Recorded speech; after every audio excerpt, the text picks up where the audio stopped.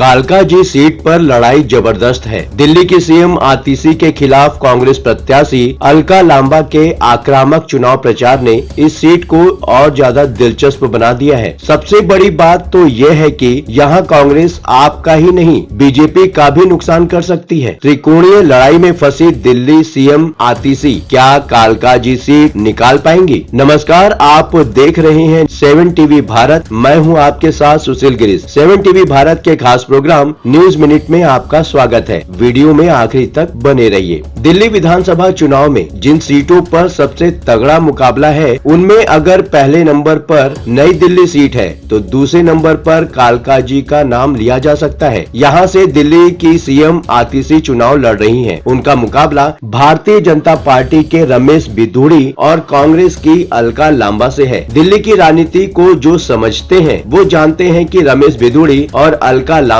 दोनों ही जमीन लेवल के जुझारू नेता हैं। दूसरी तरफ आतिशी ने भी बहुत कम समय में दिल्ली की राजनीति में सर्वोच्च पद को हासिल किया है। जाहिर है कि यूं ही नहीं कोई सीएम की कुर्सी तक पहुंच जाता है। तकरीबन 2 लाख मतदाताओं वाला कालका जी क्षेत्र विभाजन के समय आए पंजाबी परिवारों, मध्यम वर्गीय निवासियों और पूर्वी भारत व बंगाल से आए प्रवासी मजदूरों का जटिल मेल है। दक्षिण पूर्व दिल्ली के विशाल क्षेत्र में फैला कालका जी क्षेत्र समृद्धि और संघर्ष का अनूठा मिश्रण पेश करता है। फ्रेंड्स कॉलोनी और महारानी बाग जैसी गैजेट सोसाइटीज, नेहरू प्लेस के व्यस्त टेक हब से लेकर गोविंदपुरी और श्रीनिवासपुरी की झुग्गी बस्तियों तक, यह विधानसभा क्षेत्र दिल्ली के सामाजिक आर्थिक विषमताओं का एक छोटा सा रूप है। शायद यही पृष्ठभूमि इस विधानसभा की प्रकृति को और अधिक जटिल बना देती है। आइए समझते हैं कि दिल्ली विधानसभा चुनाव में इस बार कालका जी से सीएम आतिशी अपना सीट बचा पाएंगी या फिर नहीं। आगे बढ़ने से पहले आपसे एक छोटी सी रिक्वेस्ट है, यदि आप चैनल पर नए हैं तो इस चैनल को सब्सक्राइब कर लीजिए ताकि आपको सभी नोटिफिकेशन समय पर मिलता रहे। कालका जी सीट का चुनाव इतिहास साल दर साल कौन सी पार्टी कमजोर हुई, पहले हम उसे समझने की कोशिश करते हैं। कालका जी सीट पर 2020 के दिल्ली विधानसभा चुनाव में आप उम्मीदवार आतिशी ने 11,393 वोटों के अंतर से बीजेपी प्रत्याशी धर्मवीर सिंह को हराया था। आतिशी को 52.28% वोट मिले तो धर्मवीर सिंह को 41.63% हासिल हुए। कांग्रेस उम्मीदवार शिवानी चोपड़ा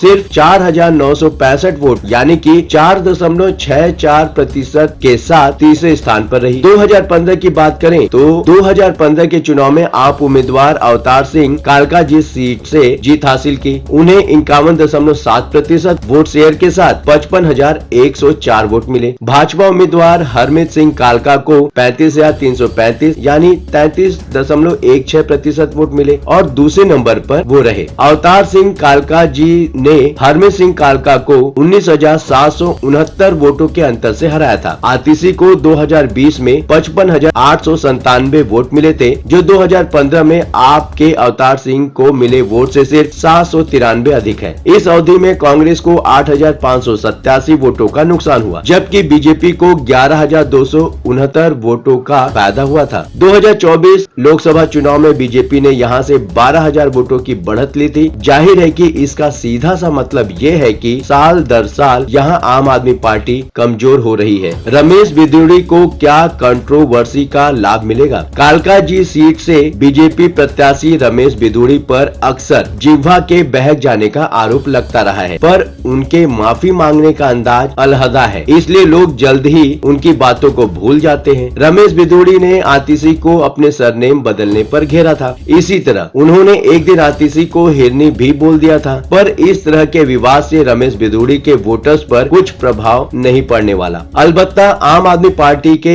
एक नेगेटिव अभियान से जरूर बिधूड़ी को फायदा हो सकता है। आम आदमी पार्टी बिधूड़ी को बीजेपी का सीएम कैंडिडेट कहकर प्रचारित कर रही है। आम आदमी पार्टी की चाल यह है कि एंटी गुर्जर का माहौल पैदा करके पंजाबियों और अन्य पिछड़ों के वोट का ध्रुवीकरण किया जा सके, पर इसका उल्टा प्रभाव पड़ रहा है। कालका जी सीट पर आने वाले गुर्जरों के लिए Ramesh Bidhuri pride feel good they रहे हैं। अलका लांबा क्या बनेंगे आतिशी की हार का कारण? कभी दिल्ली यूनिवर्सिटी की छात्र यूनियन का अध्यक्ष रही अलका लांबा कांग्रेस की तेज तर्रार नेता रही हैं। वो खुद को दिल्ली की बेटी के रूप में प्रचारित कर रही हैं। कुछ दिनों तक उन्होंने आम आदमी पार्टी में भी समय बिताया है, इसलिए उन्हें आम आदमी पार्टी के सारे पैतरे पता है। दूसरे, जिस तरह कांग्रेस आम आदमी पार्टी पर हमलावर हुई है, उससे उनका उत्साह और बढ़ गया है। उनका चुनावी प्रचार कांग्रेस शासन के दौरान विशेष रूप से पूर्व मुख्यमंत्री शीला दीक्षित की उपलब्धियों पर आधारित है। वह बीजेपी की महिला विरोधी मानसिकता और आप की शराब की राजनीति के खिलाफ जमकर हमला करती हैं। भागीदारी योजना से लेकर शहर की ग्रीन बेल्ट को संरक्षित करने, सीएनजी बसें लाने से लेकर मेट्रो तक शीला जी के शहर के विकास के लिए कई काम किए। शहर में जितने भी फ्लाईओवर हैं और जिस गति से दिल्ली उनके कार्यकाल में विकसित हुई, वह दिल्ली वासी हमेशा याद करेंगे। अगर लोग बदलाव चाहते हैं तो उन्हें बदलाव के लिए वोट करना होगा। वह लोगों को चांदनी चौक में विधायक के रूप में अपने कामों को याद कराती हैं। अलका बताती हैं कि विधायकों को 5 साल में लगभग 50 करोड़ रुपए का फंड मिलता है। क्या आपको लगता है कि मौजूदा विधायक ने 50 करोड़ रुपए खर्च किए हैं? मैं पहले विधायक रह चुकी हूँ और मैंने अपने क्षेत्र के विकास के लिए सारे फंड का उपयोग किया है। जाहिर है कि अलका लांबा की मेहनत से कांग्रेस के परंपरागत वोटर्स हार जीत की चिंता किए बिना कांग्रेस को वोट देने का मन बना रहे हैं। अलका लांबा जितना मेहनत करेंगी, वो दोनों ही पार्टियां यानी कि बीजेपी और आम आदमी पार्टी दोनों का ही वोट काटेंगी। अब बात होती है आतिशी की। तो आतिशी के बारे में क्या सोचती है जनता? आतिशी के बारे में कालका जी के पक्ष में जो बात कही जा रही है, वो है इस सीट पर करीब चौथाई हिस्सा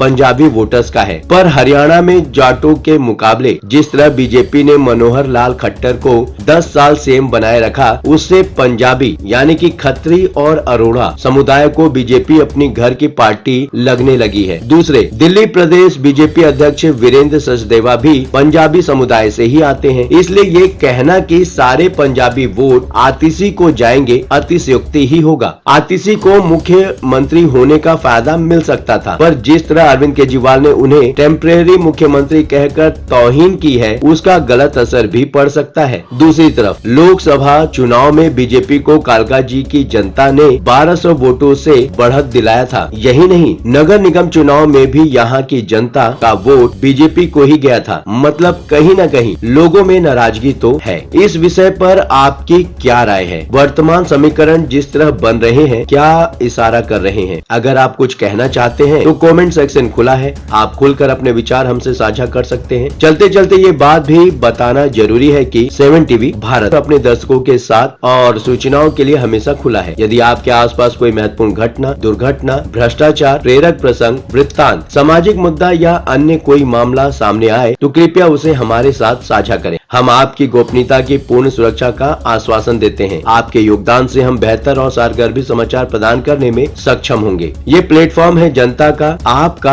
आपकी आवाज को बुलंद करने का। अब आपकी बात नहीं रहेगी अनसुनी। आपके विचार, आपके सुझाव हमारे लिए मायने रखते हैं। अभी तक आपने इस चैनल को सब्सक्राइब नहीं किया है तो देर किस बात की? चैनल को अभी सब्सक्राइब करें। आपका चैनल को सब्सक्राइब करना, वीडियो को लाइक करके कमेंट करना हमारे प्रयासों को प्रोत्साहन देता है। आज के लिए बस इतना ही। लगातार खबरों के लिए बने रहिए 7 टीवी भारत के साथ।